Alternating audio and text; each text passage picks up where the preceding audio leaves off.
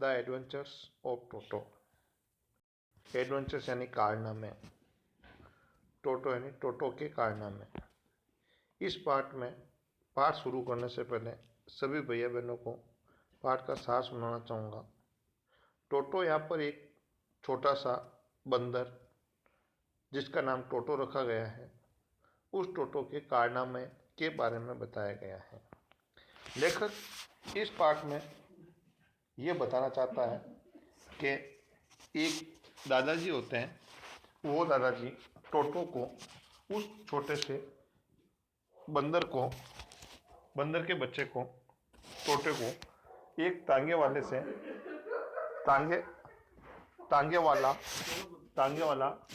से 5 रुपए में खरीदते हैं। तांगे वाला उस छोटे से बंदर को एक खूंटी से बांध कर रखता था और वो बंदर दादाजी अपने निजी चिड़ियाघर में शामिल करने का निश्चय करते हैं। वो टोटो नाम का छोटा सा बंदर सुंदर बंदर होता है। उसकी आंखें गहरी भौहें के साथ शरारत से चमकती रहती है। जब वह मुस्कुराता है तो उसके मोती जैसे दांत एक अधेड़ उम्र की स्त्रियों को डर के मारे जान निकल जाए जैसी उसकी दांत दिखाई देते हैं, परंतु उसके हाथ बहुत सूखे सूखे लगते हैं, जैसे वर्षों तक धूप में सूख गए हों। फिर भी उसकी अंगुलियां फुर्तीली होती हैं, शरारती होती हैं और उसकी पूंछ उसके सौंदर्य में 4 चांद लगाती है। और वो पूंछ तीसरे हाथ का काम करती है। वह पूंछ के सहारे किसी भी टहनी पर लटक सकता है और जहाँ पर उसका हाथ नहीं पहुँच सकता, वह अपने पूंछ से व्यंजन प्राप्त कर लेता है। जब भी दादाजी कोई नया पशु घर लाते तो दादी जी सदा हंगामा कर देती। इसलिए दादाजी ने निश्चय किया कि जब तक वो दादी प्रसन्नचित न हो तब तक उस टोटो की उपस्थिति को छुपा कर रखा जाए।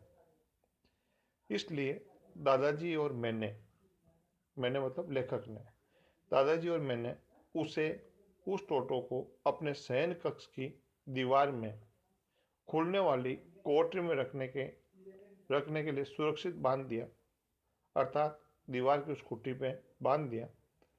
कुछ घंटों बाद मैंने और दादाजी ने उसका दरवाज़ा खोला तो हमने पाया कि सजावटी कागज को फाड़कर, जो कि दीवार पर लगे थे, उस सजावटी कागज को फाड़कर पूरे दीवार को नंगा सा कर दिया। उस पर पलस्तर किया हुआ उसको भी हटा दिया और उस खूंटी के अंदर छेद कर दिया। और मेरे स्कूल का ब्लेजर था जो वहाँ लटका हुआ था, उस टोटो ने उस ब्लेजर का फाड़ कर चीतड़े कर दिया। मैंने सोचा दादी जी न जाने क्या कहेगी, परंतु दादाजी को चिंता कुछ भी नहीं हुई। दादाजी टोटो के इस काम से प्रसन्न थे। दादाजी ने कहा वह चतुर है, यदि समय मिलता तो उस ब्लेजर के फटे हुए टुकड़े से उन टुकड़ों को बांधकर एक रस्सी बना देता और खिड़की के रास्ते से बच निकलता। उसकी उपस्थिति को घर में गुप्त रखा गया। टोटो को अब बड़े पिंजरे में नौकर वाले कमरों में स्थानांतरित कर दिया। जहाँ पर दादाजी अनेक पालतू पशु रखते थे, उनमें पालतू पशु कौन कौन से थे? एक कछुआ था, खरगोश का एक जोड़ा था, पालतू गिलहरी थी और मेरे प्रिय बकरी भी उसमें थी। बंदर अपने किसी भी साथी को रात्रि में सोने नहीं देता। एक दिन की बात, जब दादाजी को देहरादून जाना था, सहारनपुर से पेंशन प्राप्त करनी थी और उसे साथ ले जाने का विचार करते हैं। दुर्भाग्यवश दादाजी के साथ में नहीं जा सका उस यात्रा में और टोटो को एक कपड़े के काले रंग का किट थैला बनवाया और उसके नीचे भूसा रखा उस थैले में, और वो एक नया निवास स्थान बन गया था उसका। उस थैले को बंद किया गया, जहाँ से बाहर निकलने का कोई रास्ता नहीं था।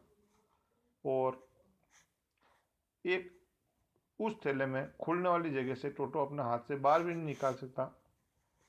रास्ते भर में वह थैले को काट भी नहीं सकता, क्योंकि उस थैले का कैनवास बहुत मजबूत था।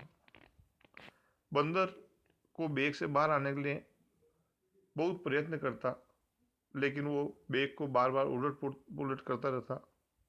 अवसर आने पर हवा में कूदता। और इससे देहरादून जब दादाजी पहुंचे, देहरादून रेलवे प्लेटफॉर्म पर एक प्रदर्शन सा वहां पर हो गया और एक उत्सुक भीड़ वहां इकट्ठी हो गई। सहारनपुर तक तो वो टोटो नाम का बंदर थैले में बंद रहा, लेकिन ज्यों ही दादाजी रेलवे प्लेटफॉर्म के बाहर आए और अपना टिकट दिखाया, तब टोटो ने अचानक अपना सिर उस थैले से बाहर निकाला और टिकट कलेक्टर को अपने लंबे चौड़े दांत दिखाए। बेचारा वो टिकट कलेक्टर आश्चर्यचकित रह गया। और फिर उन्होंने उस टिकट कलेक्टर ने दादाजी को कहा, श्रीमान जी, आपके पास कुत्ता है, आपको नियमानुसार इसका भुगतान करना पड़ेगा। दादाजी ने उस टोटो को थैले से बाहर निकाला और उन्होंने ये सिद्ध करने का प्रयास किया कि एक बंदर कुत्ते या चौपाया जानवर नहीं हो सकता। टोटो का वर्गीकरण कुत्ते के रूप में टिकट टिकट कलेक्टर द्वारा किया गया और 3 रुपये किराए के रूप में उन्हें अदा करना पड़ा दादाजी को।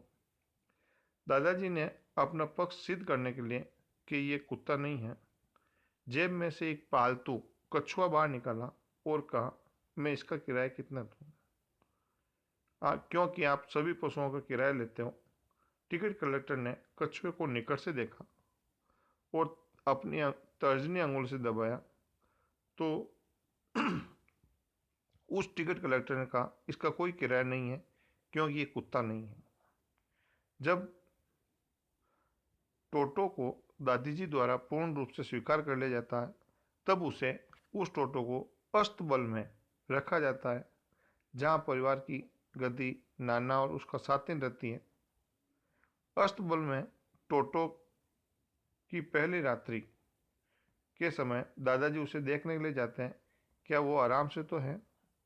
और दादाजी को आश्चर्य होता है, वो रस्सी खींच रहा होता है। दादाजी उसको पूठ पर मारते हैं और वो टोटो भी साथ साथ चला आता है। वो तीखे दांत गड़ाए। वो नाना और टोटो कभी मित्र नहीं बन सके। उसके बाद लेखक बताना चाहता है, एक सर्दी के समय टोटो की एक बड़ी आवभगत होती है। दादी जी एक बड़े बर्तन में नहाने के लिए गर्म पानी रखते हैं चूल्हे के ऊपर, और बड़ी चालाकी से वो हाथ डालकर देखता है पानी कितना गर्म है। फिर धीरे धीरे ये वो उसमें प्रवेश करता। पहले सबसे पहले एक पाँव रखता, फिर दूसरा रखता, फिर वह गर्दन तक अपने पानी में बैठ जाता। एक आरामदायक होने पर वो साबुन को अपने हाथ पैर पर लेता और उसे रगड़ता। जब जल शीतल हो जाता, वो बाहर निकलता और स्वयं को सुखाने के लिए इतनी तेजी से चूल्हे की तरफ दौड़ जाता। और वो ऐसी क्रिया करता रहता, स्नान को जारी रखने से इनकार नहीं करता। एक दिन की बात, रसोई घर के अंदर एक बड़ी केतली जिसमें पानी पड़ा था, पानी को उबालने के लिए चूल्हे पर रख दिया। चाय के लिए और टोटो के नहाने के लिए। टोटो को कुछ अच्छा नहीं लगा और उसने केतली का ढक्कन हटाया। पानी को नहाने लायक गर्म पाकर उसमें वो केतली में प्रवेश कर गया। उसने अपना सिर उस केतली से बाहर रखा और वो उसके अंदर केतली के अंदर रहा तब तक रहा जब तक उसे अच्छा लगा। लेकिन धीरे धीरे वो पानी उबलना प्रारंभ किया।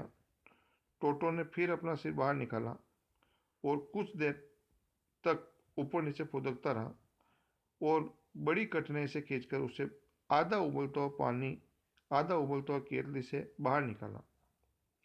यदि मस्तिष्क का कोई भाग ऐसा होता उसका टोटो का, तो वो शरारत नहीं करता।